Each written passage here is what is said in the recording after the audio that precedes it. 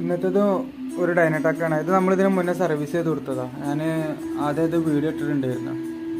അതായത് കുറച്ച് നേരം വർക്ക് ചെയ്ത് കഴിഞ്ഞാൽ പിന്നെ ഓഫായി പോവുക. അപ്പോൾ അന്ന് നമ്മൾ ഈ കപ്പാസിറ്ററുകൾ മാറിയിട്ട് റിലേ വെച്ച് സ്വിച്ചിങ്. അപ്പോൾ ഈ കപ്പാസിറ്ററുകൾ വീക്ക് ആകുമ്പോഴാണ് ആ സംഭവിക്കുക എന്നുള്ളത് പറഞ്ഞിട്ടൊരു വീഡിയോ ഞാൻ ഇട്ടിട്ടുണ്ടായിരുന്നു. ഇപ്പോൾ ഇത് കംപ്ലൈൻ്റ് ആയിട്ട് പിന്നെ വന്നത് 3-4 പരിപാടി കഴിഞ്ഞ് പിന്നെ ഇത് കംപ്ലൈൻ്റ് ആയിട്ട് വന്നിട്ടുണ്ട്. അപ്പോൾ ഇതൊരു കംപ്ലൈൻ്റ് എന്ന് വെച്ച് കഴിഞ്ഞാൽ ഈ ചാനൽ ബി അത് നേരെ പ്രൊട്ടക്റ്റ് മോഡിലേക്ക് പോവുക. പിന്നെ ക്ലിപ്പ് ലൈറ്റും കത്തുന്നുണ്ട്. അപ്പോൾ പ്രൊട്ടക്റ്റ് മോഡിലേക്ക് വരുമ്പോൾ ക്ലിപ്പ് ലൈറ്റ് കത്തുമ്പോൾ വേറെ സൗണ്ടോ കാര്യങ്ങളൊന്നും ഉണ്ടല്ലോ, ആ ചാനൽ വർക്ക് ചെയ്യില്ല. കാരണം ആ ചാനൽ കംപ്ലൈൻറ്റ് ഉള്ളതുകൊണ്ട് അത് പ്രൊട്ടക്ഷൻ മോഡിലേക്ക് പോകണതാണ്. അപ്പോൾ ഞാൻ ആ പെയർ അഴിച്ചെടുത്തിട്ടുണ്ട്.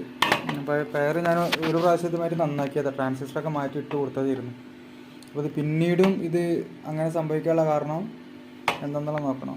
എന്ന് വെച്ച് കഴിഞ്ഞാൽ ഇപ്പോൾ ഞാനിത് ഏകദേശം ചെക്ക് ചെയ്തപ്പോൾ ഈ ഒരു ട്രാൻസിസ്റ്റർ ഞാൻ ഇൻഡുട്ടുണ്ടോ, ഈ ഒരു ട്രാൻസിസ്റ്റർ ഇതാണ് പോയതായിട്ട് ഷോർട്ടല്ല ഓവർ വാല്യൂ കാണിക്കുന്നത്. അപ്പോൾ അതുകൊണ്ടായിരിക്കാം പ്രൊട്ടക്റ്റ് മോഡിലേക്ക് പോയത്.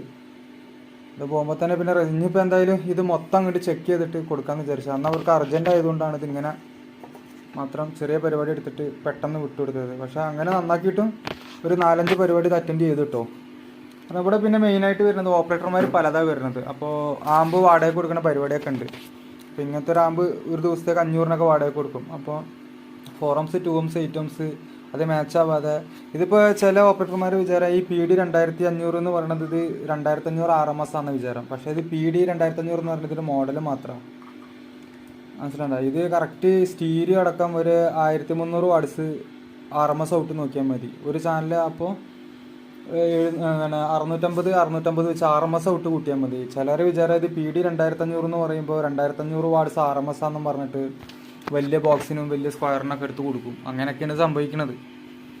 അപ്പോൾ ഇത് റെൻറ്റിന് പോയതായിരുന്നു എന്നാണ് അവർ പറഞ്ഞത്. റെൻറ്റിന് പോയപ്പോൾ ഒരു ചാനൽ കട്ടായിട്ട് അവരവിടെ എടുത്ത് വെച്ച് റിട്ടേൺ വന്നെന്ന് പറയുന്നത്. അപ്പോൾ നോക്കുമ്പോൾ ട്രാൻസിസ്റ്റർ പോയതാണ്. അപ്പോൾ പലരും പല രീതിയല്ലേ, ഓപ്പറേറ്റർമാരൊക്കെ പല രീതി. അപ്പോൾ ചിലവർക്ക് ഒരു ധാരണ ഉണ്ട് ഈ PD 2500 എന്നത് ഇതിൻ്റെ ഒരു മോഡൽ നമ്പർ മാത്രമാണ്. ഇത് 2500 വാട്ട്സ് RMS ഉള്ള ഒരു ആമ്പല്ല. അതിന് ഇത് തെളിവ് ഞാൻ പറഞ്ഞുതരാം.